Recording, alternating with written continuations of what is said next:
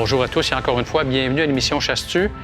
Les amateurs de trapage et de piégeage ont certainement apprécié l'émission de la semaine dernière, car accompagné de Luxe aussi de Réal Lagacé, nous avons posé plusieurs collets à coyotes et nous avons parlé d'un outil très indispensable, l'anti-surf ou le SO. Cette semaine, on parle encore de coyotes et on poursuit l'émission accompagnée de Luxe aussi et de Réal Lagacé qui vont nous parler des équipements indispensables pour passer une journée en forêt et on va faire la connaissance d'un animal peu connu, le grand polatouche.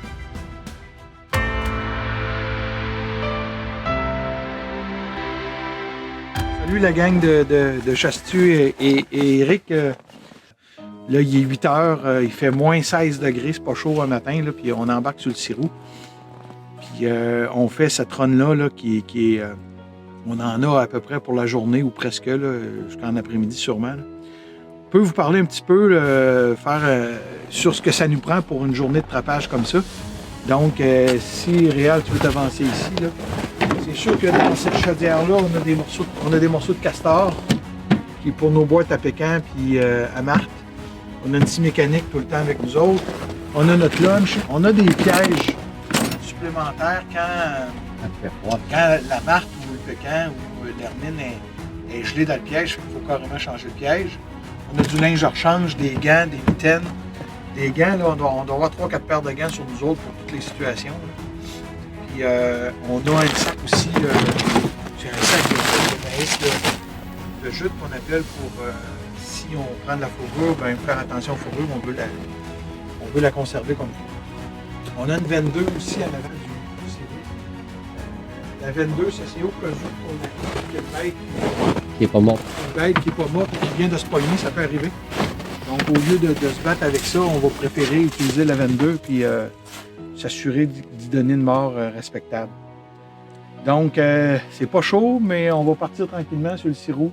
On va s'habiller, on va faire comme Eric fait. Là. Moi, je vais m'ajouter des doubles, puis on va partir, puis on va vous faire suivre notre journée, là, voir si on va être au plein d'espoir à soi ou au désespoir, mais n'empêche qu'on va travailler toute la fin de semaine là-dessus.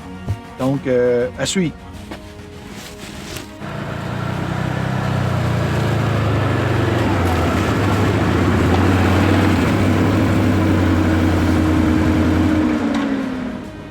On vient de voir une marque là, dans notre piège, fait qu'on va aller voir ça ensemble. Et je vais ramasser les pinces et notre piège.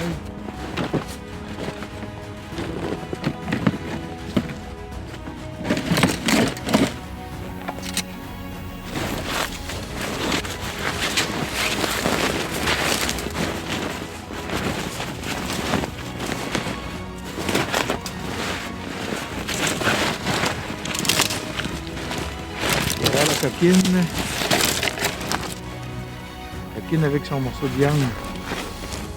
Souvent, ils se prennent en ressortant avec le morceau de viande. Moi, je peux aller essayer de ressortir avec. Quelle belle fourrure. Quelle belle fourrure. Vraiment beau. Donc, on va démancher le piège et on va réinstaller ça.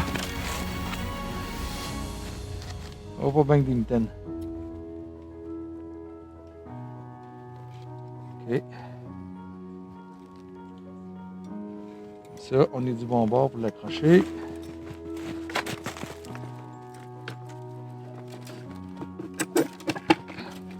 Ici, on s'est fait on appelle ça une clé de sol. On s'est fait une petite clé de sol pour...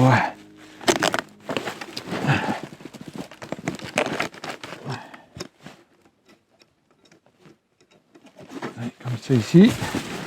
Fait que on va remettre un peu de viande là-dedans. Il y en a de la viande, comme vous voyez, là. Mais pour remettre de l'odeur, on va aller chercher un petit morceau de viande. C'est ce qu'on a de notre première prise. Ça nous encourage un peu.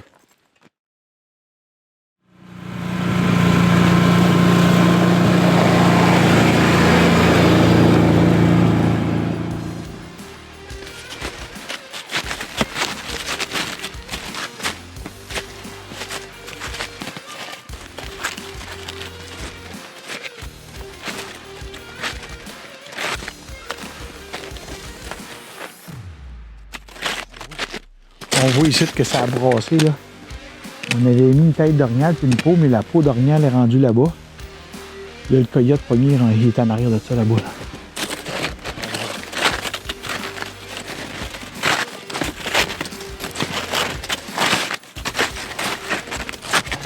Autour de la branche là-bas. Là. C'est avec la colette est là. Là. C'est avec nos nouveaux collets. Je vois le Seneca qui est là. Fait que c'est pas un gros coyote, hein? Non, un petit coyote. Petite face. Coyote de famille. Vous voyez les mesures? C'est pas grave, on va le prendre pareil. Là, on arrive à une boîte de Pécan. Une boîte à marque et à Pécan. Puis là, on a une marque, mais on voulait vous expliquer que cette boîte-là, là, on remarque, j'ai envie de dire qu'on comptabilise qu'est-ce qu'on pogne. Puis là, c'est la deuxième marque qu'on pogne en 2 semaines ici. Fait qu'on va retirer la boîte parce que la marque puis le Pécan, ça n'a pas beaucoup de résilience. Quand on dit la résilience, c'est que la reproduction, là, ça a ses limites. Puis il ne faut pas ambitionner, là, quand tu as notre règle d'éthique, là, quand on a 2 bêtes de prix d'une boîte, on ramasse le piège puis on le retire carrément. On va se rendre à la boîte, puis on va regarder la marque, puis on va regarder c'est réel, je peux te montrer là. 2 petites pistes rapprochées comme ça en saut, là. On voit la marque est dans la boîte, mais ça, c'est la piste de la marque. Pécan, ça serait beaucoup plus gros que ça, mais c'est en 2 de même. Les mustélidés, là, c'est 2, 2, 2, 2. On voit la piste de la marque. Si c'était un canidé, ça serait un pas à fois une trace. Mais ici, c'est toujours en double. Fait que ça, c'est un mustélidé qui fait ça. Et ça, c'est la piste de la marque qu'on a pognée, sûrement. Fait qu'on va... on suit la piste de la marque. Regardez, là. On va se rendre à la cabane, là.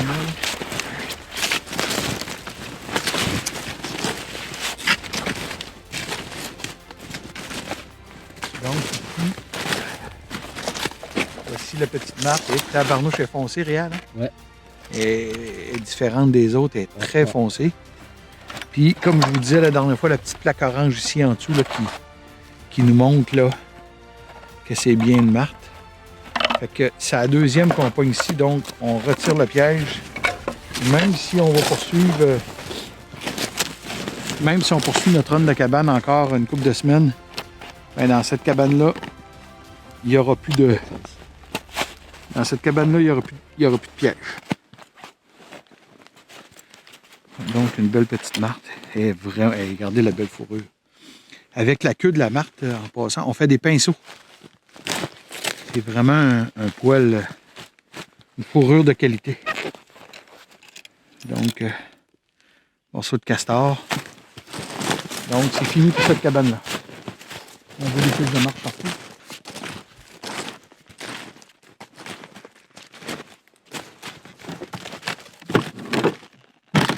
Déjà fourrure. On met ça dans un sac. Ah, puis, tant qu'à avoir le sac réel, je vais montrer aux gens ce qu'on a pris tantôt, qu'on n'a pas pris bon. Même si c'est quand même une espèce différente qui est la belette à longue queue. On voit la grosseur de la belette, là. Elle est beaucoup plus grosse. T'as l'hermine qui est plus petite que ça, puis ça, c'est la belette à longue queue. C'est pas une grosse, par contre, là. C'est une moyenne, il y a plus gros que ça encore. On dirait qu'elle a perdu le bout de la queue un peu. Il semble qu'il manque de noir, hein? Donc ça, sanguinaire, mustélidé aussi, dans la même famille que la martre, puis que le Pécan. Donc on a retiré le piège parce que le piège est gelé. Là. Donc on a une petite belette à longue queue et on a cette marque-là ici. On va mettre à l'abri pour garder une belle fourrure. Donc sur ce, on se revoit tantôt en espérant avec d'autres coyotes.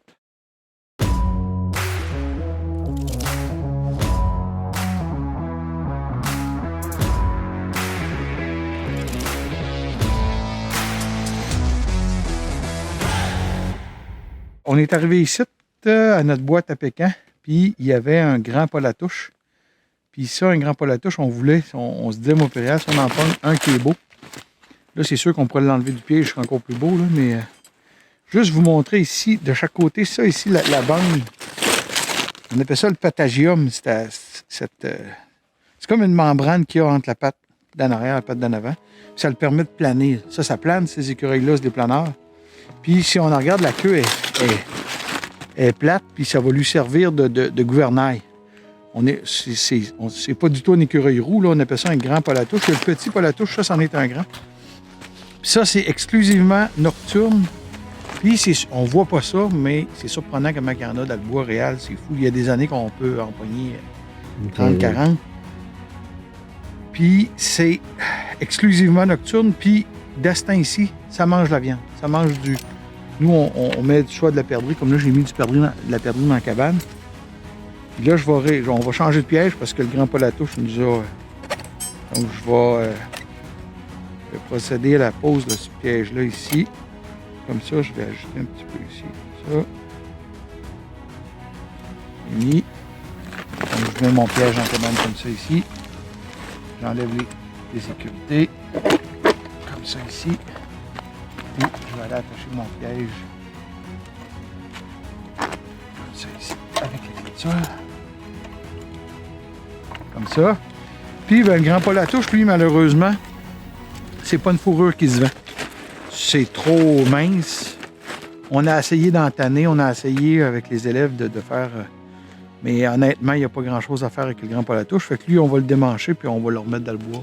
On va le laisser aux mammifères carnivores. Donc, on va aller chercher les pinces.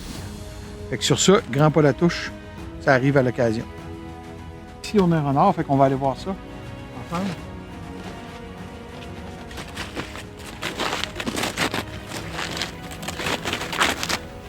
La porte était là.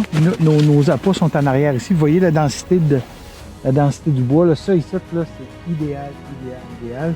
Puis ici, vous pouvez voir le renard qui est là. Et avec les nouveaux collègues qui font la job et que ça ne brise pas. Donc la porte ici n'est pas brisée pas en tout. Fait qu'on va couper le collet.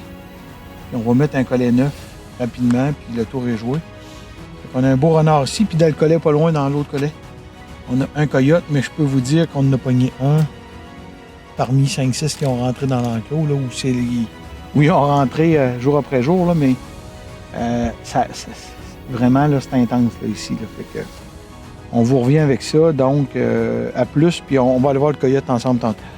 Donc, dans mes mains ici, là, j'ai une paire de gants pour poser les collets. Ça, c'est ma paire de gants pour les enlever. Bien important de ne pas prendre les mêmes gants parce que l'odeur. Là, ici, on a un beau collet, comme je vous disais tantôt. Donc, on va le démancher. Ça, c'est un vieux collet qui est là.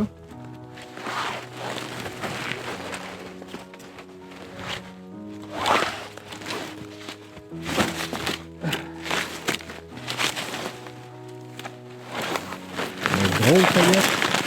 Un beau, oui. Un beau. Oui, ah, il est vraiment beau.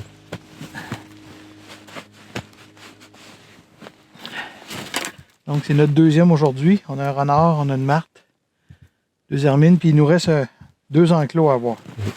Donc, Fait que je vais attacher à la broche pour être sûr qu'on...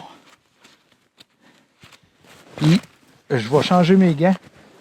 On va le passer dans le sapin, puis on va installer un autre collet ici. Parce que ça fait quelques coyotes qu'on prend ici. Donc, je vous dis à tantôt, espérant avec d'autres coyotes. J'espère que vous avez apprécié l'émission. La semaine prochaine, nous allons nous transporter dans l'atelier à Luc où nous parlerons de fourrure et d'inspection des peaux.